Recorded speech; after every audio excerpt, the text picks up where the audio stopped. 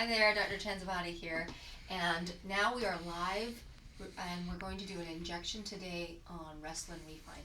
I'm going to tell you, this is one of my favorite fillers to use because it's so great around the mouth, and that's what we're going to use today around the mouth with our beautiful model here. She has beautiful lips, so I'm not going to inject the lips, but it is one of my go-to fillers for the lips because it's very flexible.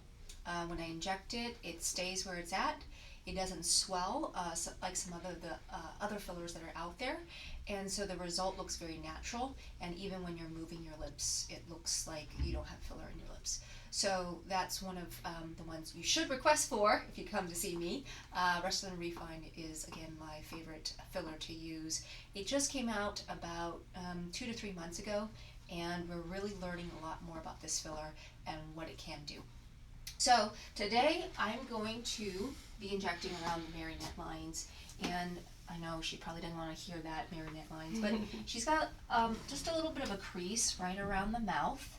Okay, go ahead and smile so you can see that right there, and we'll show before and after photos afterwards so you can see that. But that's the area we're going to inject. She's already been numbed, so we're going to go ahead and start with preparing that filler.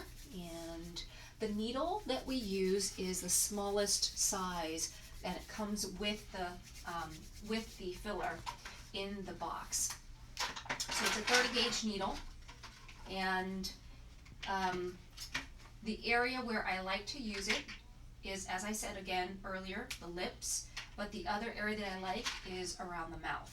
And that can be the lip line, so as we age we might get what some people call smoker's lines, so that's a good area.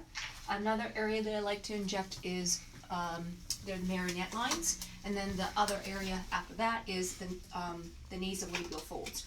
The nasolabial folds, though, I don't like to over-inject that area, only because a lot of what's causing that is the fat pads falling down, and if you over-inject this area, it flattens it out and it looks unnatural. So that's not my go-to area. So here we go. I'm going to have my assistant here help vibrate our patient so that she doesn't feel so much of the injection. It is pretty comfortable because it's such a small needle. And I go ahead and ice. This is called, what I'm using here is a cryo stick. So it kind of ices the area and numbs it additionally on top of the numbing cream that we already applied. All right. So she is so brave. Alright, here's our first injection. Yeah, a little flincher.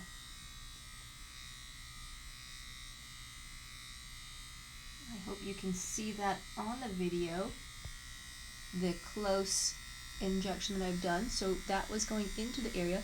And then I like to do a little depot injection, and that pulls it forward very easily right there, okay? This product is also very easily molded, so it's very soft.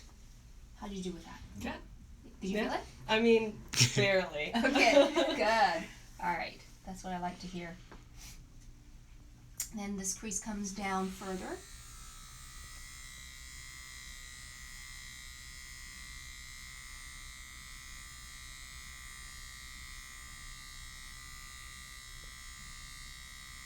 So I like to cross hatch and also to depot very tiny, small amount so I'm not overdoing it. Okay. Massage that area again. Did you feel any of that? Not really. And luckily she's not bruising. Okay. One spot that I'm just holding a little pressure because it's tiny bit of ooze.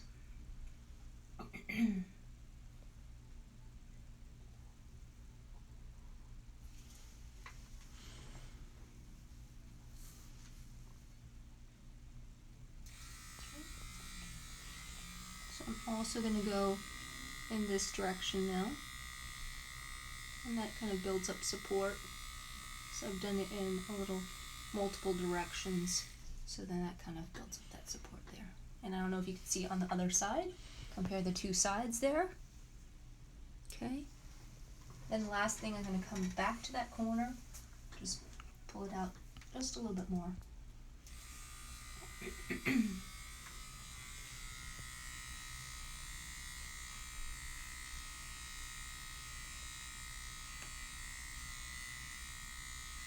And that distraction tool that Sarah's doing also helps so that the patient doesn't feel the site that I'm going in at.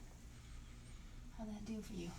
Good. Good? Yeah. Okay. I'm going to move over to this other side. You just stay there. Because I'm going to have to come over so that you can see everything that I'm doing. Okay. So here we go.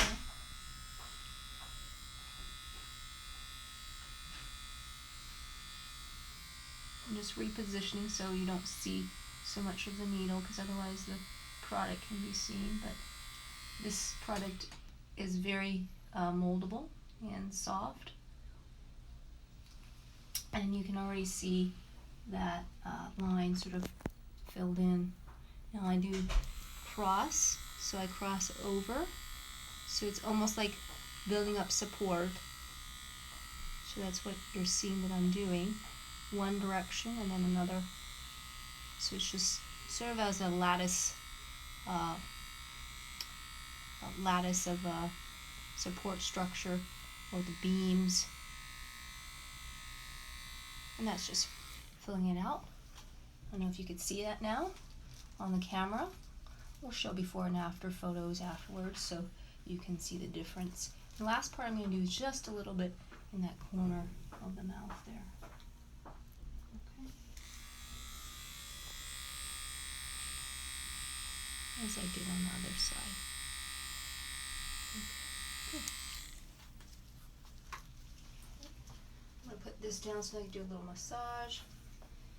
The second spot I wanted to show today is the tear trough, or the areas underneath her eyes. She's just starting to get some hollowing here underneath the eyes, and you know, some people will say, oh, I've got dark circles, or I've got eyelid bags. How do I cover that up?